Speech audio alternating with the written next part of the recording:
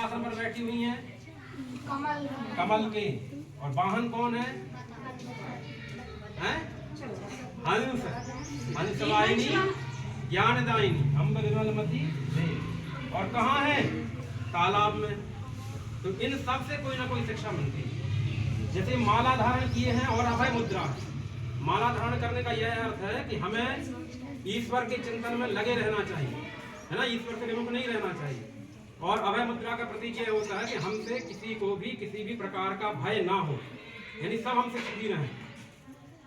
वीणा इसलिए धारण किए रहती हैं क्योंकि संगीत में 7 स्वर हैं और ये सारे 7 स्वर हमारे जीवन में भी बने रहना चाहिए, है ना। जैसे संगीत में उतार चढ़ाव होता है, उसी प्रकार हमारे जीवन में भी उतार चढ़ाव बना रहता है, तभी संगीत ठीक लगता है।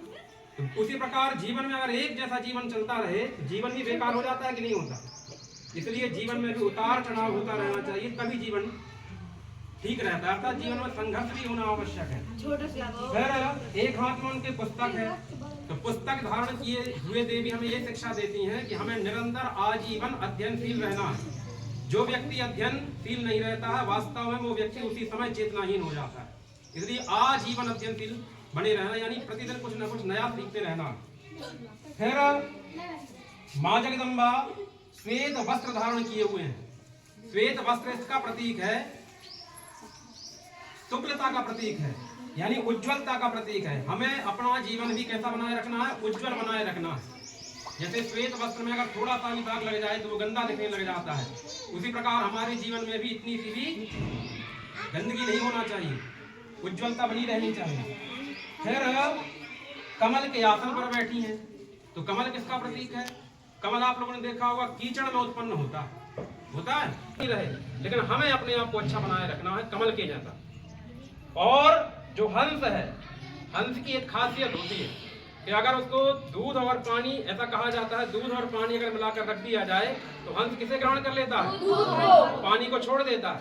इसी प्रकार संसार में दोनों ही चीजें हैं, है ना। ईश्वर ने जड़ चेतन गुण दोषमय विश्वकीन करतार संत हंस गुण गहाई पर परिहरि बारी विकार। भगवान ने संसार को दोनों प्रकार से बनाया है, जड़ भी है, चेतन भी है, गुणमय भी है, दोषमय भी है। तो हमें हंस के समान होना चाहिए, हमें दोषों को त्याग कर देना चाहिए और गुणों को ग्रहण कर लेना चाहिए। फिर ये तालाब है, तालाब या नदी, इसका ये किसका प्रतीक है? जिस प्रकार बहता हुआ जल निर्मल बना रहता है, उसी प्रकार हम अपने जीवन को भी निरंतर चलायमान रखें, यानी रोकें ना। जीवन में निरंतरता अगर बनी रहेगी तो हमारा जीवन भी निर्मल हो जाएगा। ये सारे प्रतीक यानी बिना कहे हुए ही माँ सरस्वती हमें ये शिक्षा दे रही है।